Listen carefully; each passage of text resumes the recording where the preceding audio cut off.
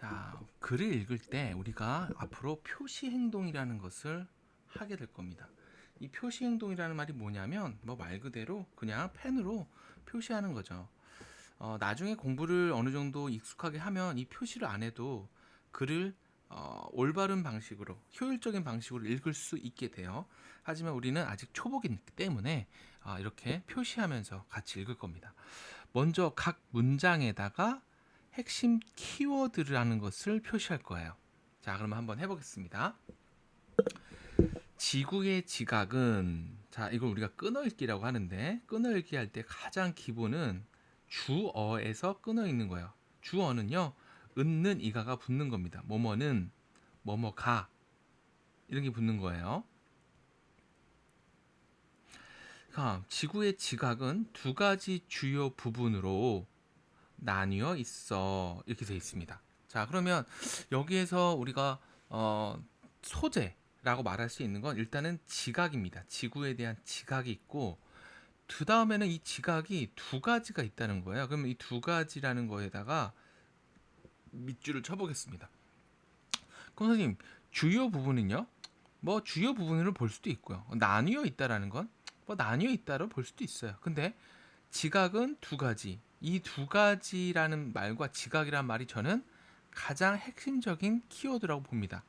특히 하나의 문장엔 하나의 키워드가 반드시 있는데 첫 번째 문장은 보통 이렇게 소재, 그 다음에 플러스 설명으로 보통 시작을 하게 돼요.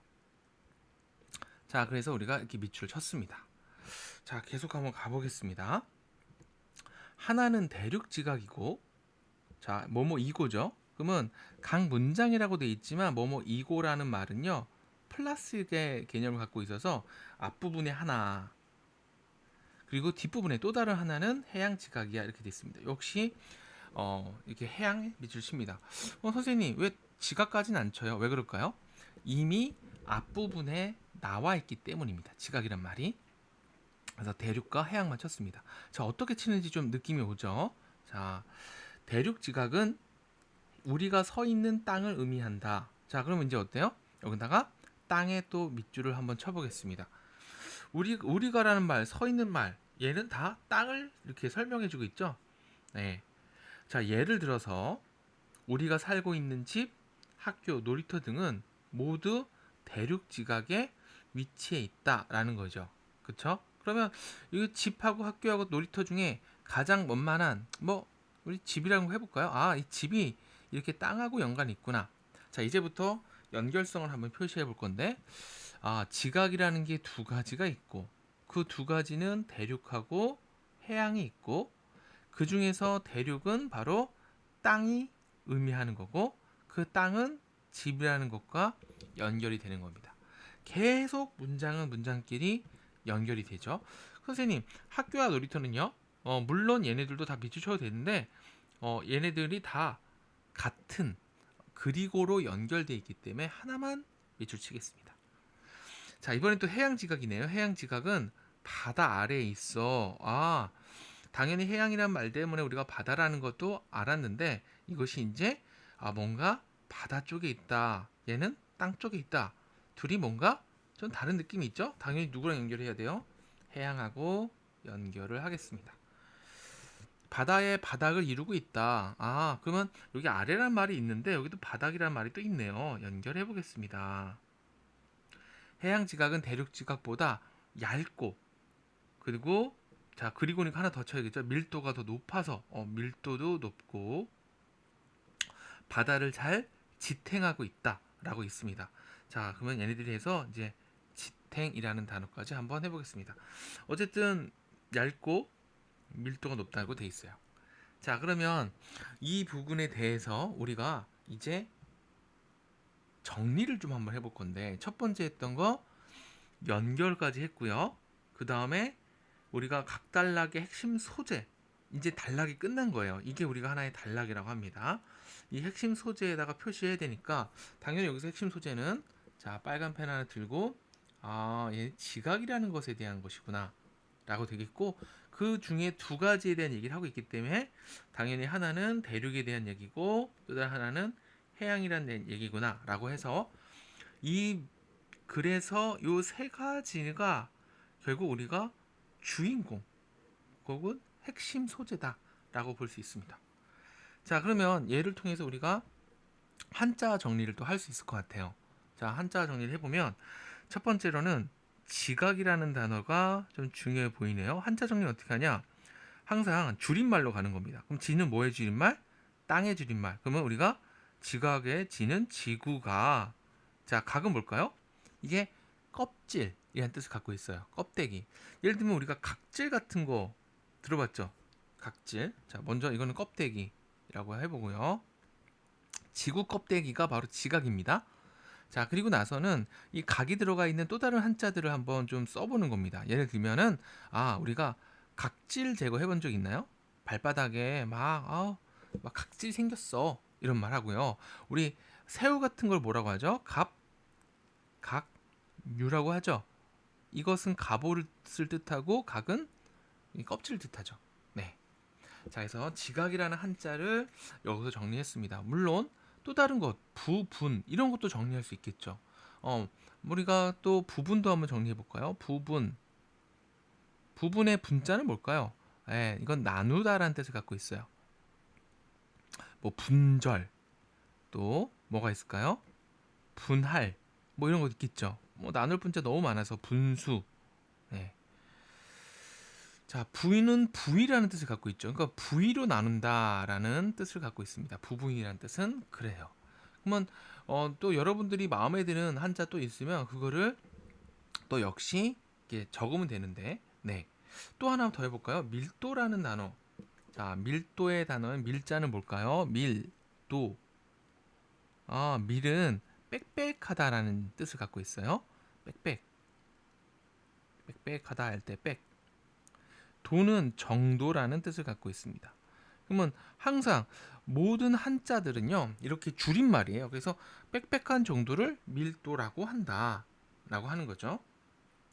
그래서 우리가 밀자 들어간 게 뭐 있을까요? 뭔가 밀집되어 있다, 빽빽하게 모여 있다, 뭐 이런 단어 하나 정도만 예시를 이렇게 들어줘도 됩니다. 자, 선생님이 봤을 때는 첫 번째 문단에서는 이 정도 한자어만 정리하면 될 것 같아요. 자, 핵심 아이디어로는 부분이 모여서 전체가 된다. 너무 당연한 얘기죠. 그러면 우리가 지각이라는 지구가 있는데 이걸 한번 그려보면요. 자, 지구가 있는데요. 여기에는 한쪽은 대륙 지각이 이렇게 있는 거고 또 다른 한쪽은 해양 지각이 또 있는 거죠. 자, 이거는 해양이고 이건 대륙이에요. 어때요? 부분이 모여서 전체를 이루는 느낌이 드나요? 그럼 여기다가 한번 이렇게 써볼까요? 요게 전체고 얘네 두 개는 뭐다? 부분이다. 이렇게 하나만 써보겠습니다. 머리가 진짜 좋은 사람들은 이 핵심 아이디어들이 정말 많습니다. 네, 이렇게 정리해주면 되겠습니다. 자, 그러면 우리가 윗글의 내용을 하나의 그림 위에 표현을 한번 하고 제목도 지으라고 했으니까 한번 요 부분에 대해서 한번 그림을 그리고 제목도 한번 지어보겠습니다. 자, 한번 그려볼게요. 먼저 지각이라는 것이 있는데 대륙 지각이라는 것이 있고 해양 지각이라는 것이 있었는데 해양 지각은 얇다라는 말이 좀 써 있었죠. 그리고 걔네들이 굉장히 밀도가 높다고 했어요. 그러면 뭔가 여기 밀도가 높으니까 여기는 빽빽하게 좀 이렇게 되어 있고 여기는 대륙은 좀 듬성듬성 있는 것 같은 그림 표현해봤습니다. 그렇죠? 자, 물론 여기에 이제 바다가 있겠죠. 바다가 있는 거는 그냥 한번 묘사로서 한번 그려보고요. 자, 그런 다음에 우리가 아까 읽었던 것들 중에서 또 중요한 내용들 연결했을 때 이렇게 땅이 있고 얘는 바닥을 이루고 있고 얇고 밀도가 크다 다 얘기했네요. 바다를 지탱하고 있다. 그러면 얘네들에 대한 얘기를 전부 다 거의 다 했는데 요 그림 위에다가요 우리가 방금 했던 것들에 대한 아주 중요한 요소들을 한번 꺽쇠 표시해서 얘는 밀도가 높다 이렇게 한번 표시를 해보겠습니다. 그리고 얇다라는 거 이렇게 그림으로 표시되어 있으니까 뭐 안 적어도 좋을 것 같아요. 그렇죠? 자, 그러면 이건 우린 전체는 제목을 뭐라고 할까요? 지각의 뭐라고 하시면 될까요? 두 가지 부분 이렇게 적어 보는 겁니다. 아, 그래서 요게 바로 뭐였어요? 돼지꼬리 딱 해서 얘가 바로 대륙 이렇게 적고요. 얘가 바로 뭘까요? 얘가 바로 해양 이렇게 적습니다. 그럼 어때요? 방금 읽었던 것이 이제 이 그림 한 장으로 완전히 우리가 알 수 있게 됩니다. 자, 우리 OX 퀴즈도 한번 보겠습니다. 해양 지각은 얇기 때문에 밀도가 크지 않다라고 돼 있어요. 여기 보니까 얇다라는 말 맞긴 맞는데 잠깐만. 밀도가 크지 않다? 밀도가 크지 않다? 이상하네요. 해양 지각은 밀도가 크다고 했어요. 자, 그러면 이렇게까지 퀴즈를 풀면서 얘랑 비교하면서 했는데 우리가 글을 읽을 때 인과관계를 좀 표시하는 게 되게 좀 중요합니다. 근데 여기 보니까 이게 그 바다를 잘 지탱한다는 거죠. 그러니까 밀도가 높으면 화살표 잘 바다를 지탱하게 되는구나. 그러면 우리가 여기다가 이유 같은 거 쓸 수 있겠죠. 스토리 같은 거 뭐가 있을까요? 야, 이 물이 얼마나 무거운지 알아요? 그죠? 여기는 어때요? 그냥 공기밖에 없잖아. 그럼 여기다가 우리가 추가적으로 이해한 내용을 쓸 수도 있을 것 같아요. 뭐라고? 저기에는 안 써 있었지만, 바다, 물이 원래 진짜 무겁습니다. 물통 한번 들어봐요. 물은 무거워.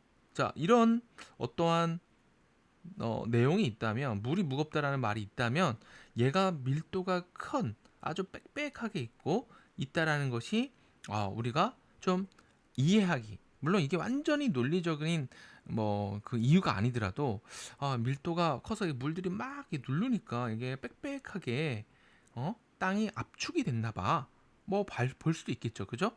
네, 이런 식으로 우리가 추가적인 이걸 우리가 인과라고 하는데 인과 같은 것들도 코멘트를 달아서 우리가 그림 위에다가 표현해 봤습니다.